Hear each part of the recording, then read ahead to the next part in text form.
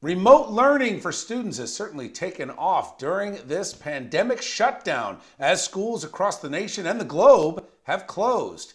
Now, to go with this new normal, the New York City Department of Education is proposing a new grading system. In kindergarten through grade 5, there will be two options: meets the standards or needs improvement. For grades 6 through 8, meets standards, needs improvement, or course in progress. Grades 9 through 12 will continue with the same grading scale as before, remote learning, with the addition of a course in progress rating for those who cannot submit work or demonstrate mastery. Failing grades will also be considered course in progress. Students have until January 2021 to complete coursework and earn credit. The United Federation of Teachers issued the following statement. We needed a grading policy that captures the work students have done this year, both in the classroom and during distance learning, while not punishing students for things outside of their control. We think this policy strikes that balance by incorporating the concerns of parents, teachers, and stakeholders.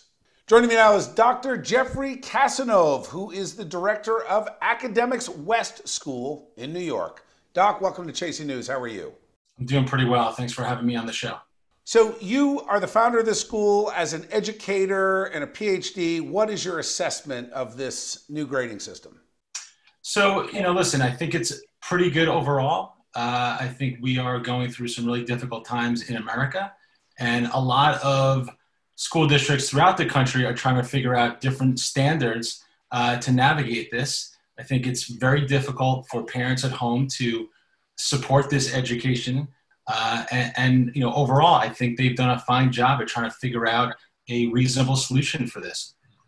What's this going to mean for some of the older kids? Rather, they're the ones who are going to transition into high school, and then, of course, the older kids in high school as they start to consider colleges. Think it hurts or helps them? So I think in general, it helps them. It gives them, an opportunity to either choose to have a grade or they can make it a pass, just a P. And I think that kind of gives them some wiggle room. So kids that are doing really well and that are able to do this distance learning and be really effective and shine can keep their grade if they're doing really well. And those kids that are struggling, that maybe used to get A's or B's and are now falling into the C category, can just choose to get a P. Thanks, Doc. Appreciate your time tonight. Thank you.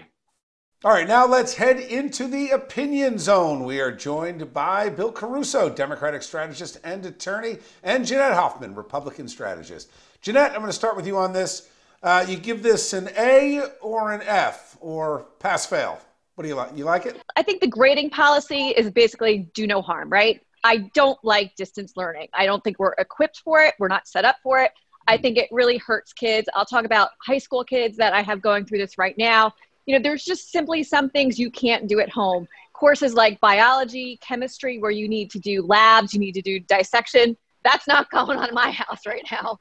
I got 3 boys outside right now that might be dissecting something, Jeanette, so we might be having something going on lab-wise out there. But I would have been angry as a parent. I know my children would have been disappointed if we had to start over, if this didn't count. So the fact that we're figuring something out makes some sense here. And listen, I think what we really need, though, is coordination. Do kids in Westchester graduate? Do kids in Bergen County graduate? So I get that this makes sense for New York City, but I'm really interested from a more global, what does it mean for everybody? Because we're not measured by New York City standards. We're measured in a global standard to some extent. So it's be interesting to see how this impacted children in this important education year. Thank you, guys.